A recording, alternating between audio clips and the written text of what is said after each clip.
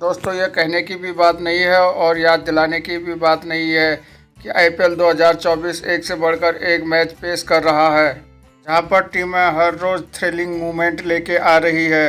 अब आईपीएल की तो सबसे सफल दो ही टीम मानी जाती है, जो कि है भी। एक तो मुंबई इंडियंस और एक चेन्नई सुपर किंग।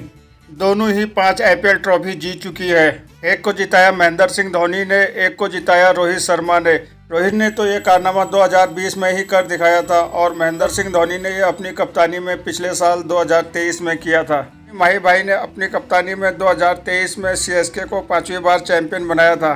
भले ही ये दोनों इस बार अपनी टीम के कप्तान नहीं हैं, मगर इन दोनों ने बहुत कुछ अचीव किया हुआ है। अपनी फ्रेंचाइज को वो सुख दिया जो कोई और दूसरा नहीं दे पाया। अब क्योंकि ये कारनामा रोहित ने बहुत ही कम समय और बहुत ही पहले कर दिखाया था, दिग्गज होने के बावजूद भी धोनी को बहुत ज़्यादा समय लग गया यहाँ पर पहुँचते पहुँचते। कुछ हजम नहीं होती है, यही कारण है कि इस पर काफ़ी विवाद होता है।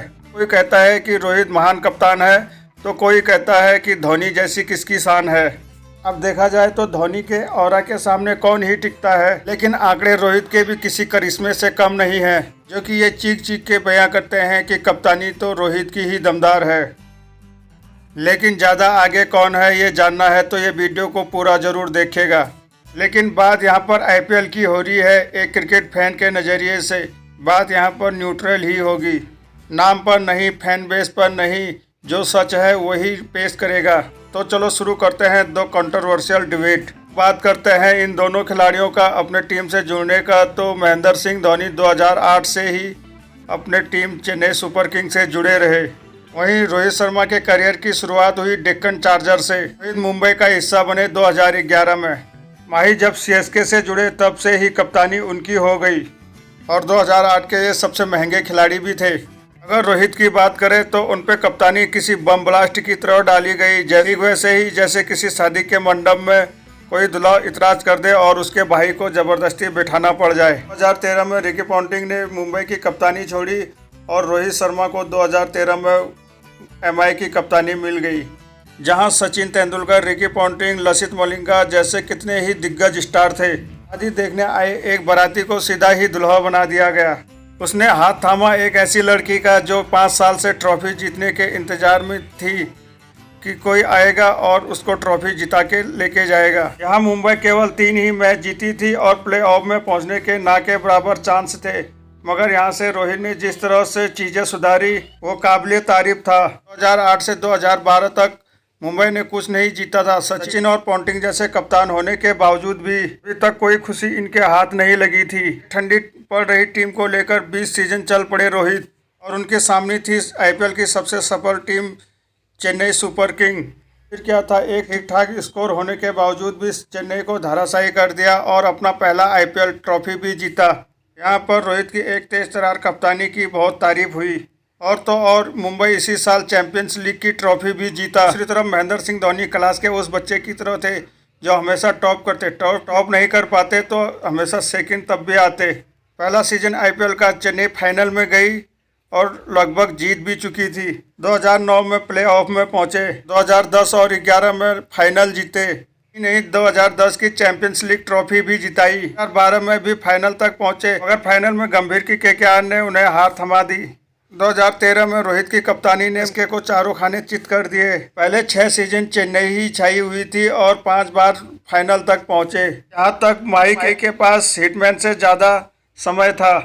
बात करें 2014 आईपीएल की, 4 में दोनों टीमें थी, लेकिन जीतना नसीब में केकेआर का था। 2015 में मुंबई ने एक बार फिर मेरिकल करके दिखाया, सीएसके को एक बार फिर मात दी। फिर 2 साल का गैप आया, सीएसके के पार्टिसिपेशन में बैन लग गया। यहाँ मुंबई के हाथ एक और ट्रॉफी लगी। रोहित ने केवल 4.5 साल 5 सीजन में ही मुंबई को चैंपियंस बना दिया, 3 बार आईपीएल ट्रॉफी जीत करके। वहीं 8 सीजन में सीएसके महज 2 ही आईपीएल ट्रॉफी जीती थी। इस लेवल पर बतौर कप्तान रोहित शर्मा एक अलग ही लेवल पर पहुंच चुके थे। इन्होंने अपने कप्तानी में कई नए खिलाड़ियों को ग्रूम किया। इनके कप्तानी में खेल रहा था वो मुंबई की नीली जर्सी से लेके इंडिया की नीली जर्सी में आ रहा था। अच्छा परफॉर्म भी करता। इन्होंने मुंबई इंडियंस को एक चैंपियन प्रोडक्ट में तब्दील किया। अब बात करें माही भाई की, तो माही भाई ने एक जाम पड़े इंजन को भी चालू इंजन में तब्दील कर दिया। कई फेल पड़े खिलाड़ी और खत्म हो चुके खिलाड़ियों को भी ताबड़तोड़ बना दिया, बॉलर्स को बैट्समैन बना दिया। बल्कि इन्होंने हाथ पकड़कर ऐसा नहीं किया, कॉन्फिडेंस देकर 10वें नंबर के बल्लेबाज को ऑर्डर का बल्लेबाज बना दिया। वन डायमेंशनल खिलाड़ी को भी 3D प्लेयर बना दिया। जो इनके आम खिलाड़ी को खास बनाने की कला थी, उसने कोहराम मचा दिया। सीनियर प्लस यंग खिलाड़ी सबके जैकपॉट लग गए और बेंच से वापस आते ही सीएसके को तीसरी बार चैंपियन बना डाला। लेकिन उसके बाद झपट्टा मारा मुंबई ने। 2019 तो रोहित का साल था, जिस पर रोहित ने हाथ रखा वो सोना हो गया।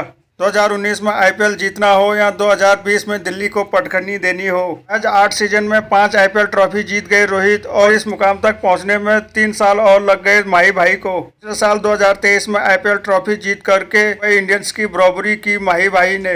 अगर आईपीएल की सबसे सफल कप्तान की बात करें तो पहले पर माही, दूसरे पर रोहित ही आते हैं। धोनी ने 2008 से 2023 तक कुल 226 मैचों में कप्तानी की, जिसमें से 58.84 विनिंग परसेंटेज रहा। रोहित शर्मा ने सिर्फ 10 साल में 158 मैचों में 5.06 विनिंग परसेंटेज के साथ एमआई को 5 ट्रॉफी जिताई। अगर बात करें ट्रॉफी जीतने की तो चैंपियंस बनाने में रोहित की कोई सहानी नहीं थी। माही की सीएसके, अगर उसके नाक में कोई दम कर पाया तो है रोहित की एमआई। तीनों आईसीसी ट्रॉफी जीतने वाले कप्तान पर भी कोई भारी पड़ा तो वो रोहित ही थे। अगर विनिंग परसेंटेज की बात की जाए तो 200 प्लस मैच खेलने वाले कप्तान के बावजूद भी ये काबिलियत तारीफ है। अगर कंसिस्टेंसी की बात करें तो माही भाई के आगे कोई नहीं है। रोहित के कप्तानी में तो फिर भी पोलार्ड, मलिंगा जैसे खिलाड़ी थे, लेकिन माही ने अपने सोर्सेज का बेस्ट यूज करके दिखाया। 2020 और 22 को छोड़ दें तो हमेशा सीएसके को प्लेऑफ में पहुंचाया। आईपीएल फाइनल खेले, जीते 5, लेकिन रोहित के आने के बाद मुंबई ने 5 फाइनल खेले और 5 के 5 जीते। इस मामले में रोहित नंबर 1 थे और रहेंगे। अंत में यही कहना चाहूँगा कि आंकड़े भले ही माही के साथ देते हो, मगर बाजी रोहित ने मारी है।